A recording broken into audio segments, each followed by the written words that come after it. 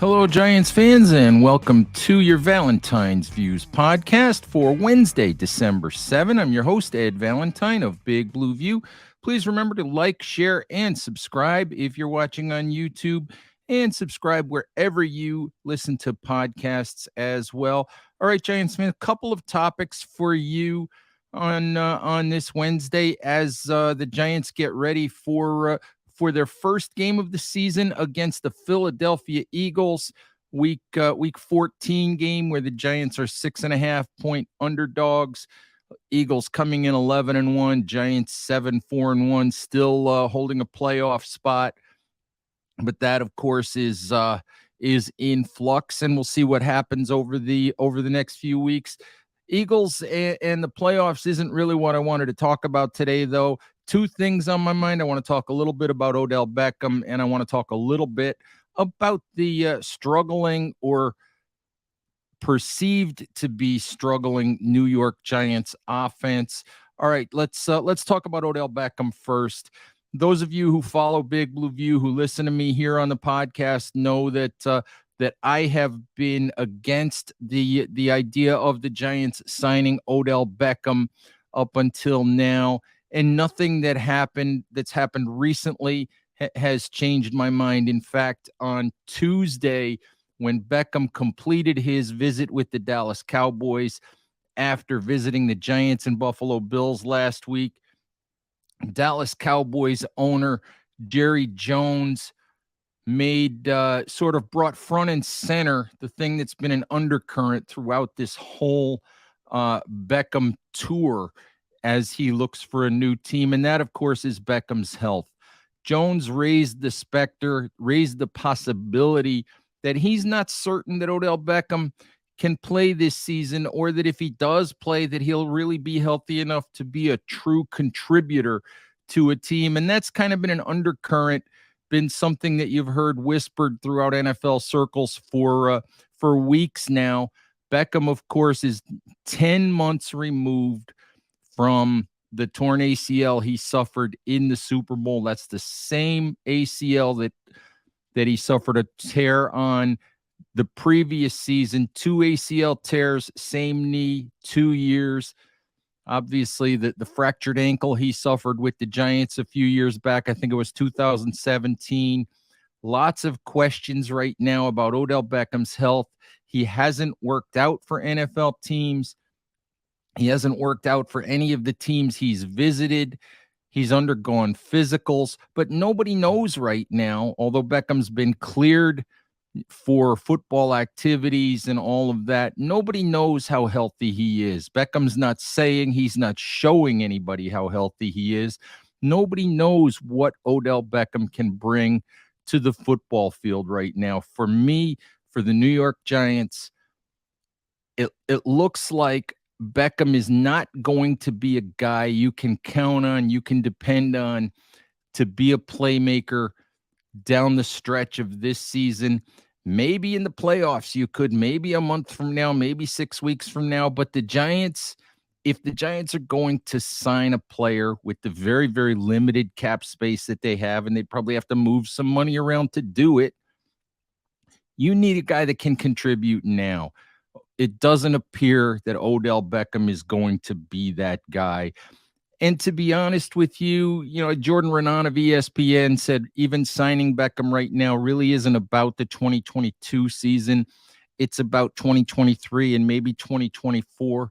To be honest with you, I am not interested in an Odell Beckham who will be 31 in 2023, 32 in 2024. I'm not interested in giving that guy big money, a guy who just go to Pro Football Reference, look at Odell Beckham's statistics, look at his numbers, his production, his yards per catch, his yards per game have all been going down year over year since he left the Giants. He is not nearly the great dominating impact number one wide receiver that Giants fans remember.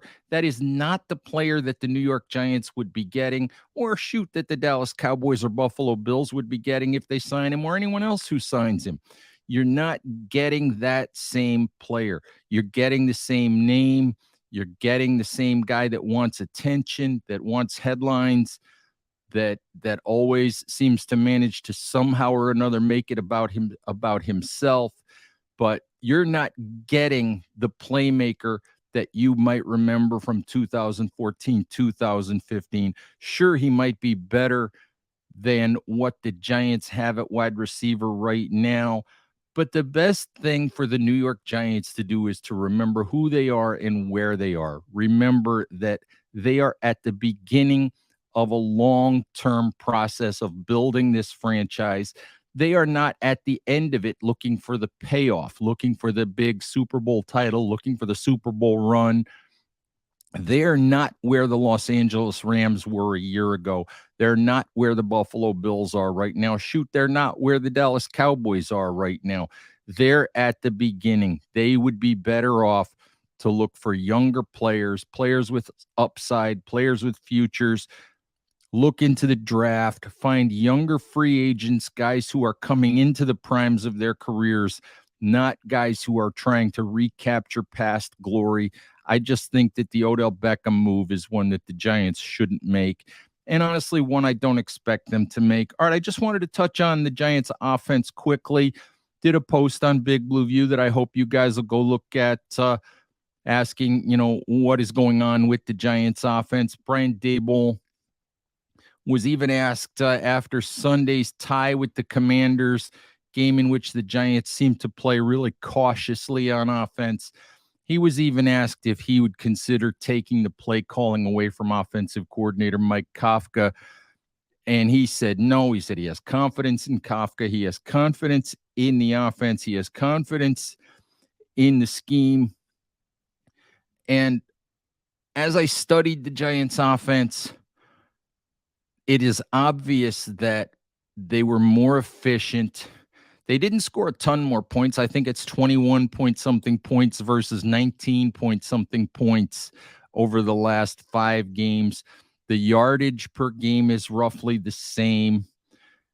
The fact of the matter is they've been slightly less efficient in terms of the analytical statistic expected points added. They've been slightly less efficient per play. They haven't in reality done a whole lot of things differently in the last 5 games than they did in the first 7 games. They just went 6-1 in the first 7 games and 3-1 in the last 5. They did them better in the first 7 games. So really, for me, what it comes down to is what's wrong with the Giants personnel. It's not Brian Daboll. It's not Mike Kafka. It's not offensive line coach Bobby Johnson. For me, it's not Daniel Jones. We can argue about Daniel Jones, whether he's a long-term quarterback for the Giants, whether he's the future. But for me, it's not Daniel Jones. For me, Daniel Jones has done everything the Giants have asked him to do. His legs have been critical for the Giants this year, his running ability, his decision-making in not turning the ball over. He's turning the ball over far less often than he has at any time in his career. For me, the problem with the Giants is the personnel. They have nothing at wide receiver. They've lost Sterling Shepard. They've lost Wan'Dale Robinson. Kadarius Toney was a waste and got traded. Kenny Golladay has given them nothing after giving them basically nothing last year. Nobody thought it could get worse for Golladay, but it actually has.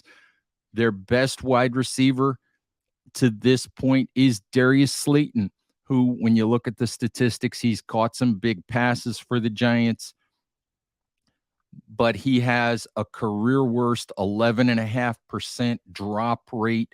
The Giants are 5th in the league in dropped passes with 21. The second best wide receiver for the Giants is Isaiah Hodgins, who was acquired on waivers from the Bills a month ago. The Giants just don't have talent at wide receiver. They have one capable NFL tight end in rookie, Daniel Bellinger, who missed a month after suffering that fractured eye.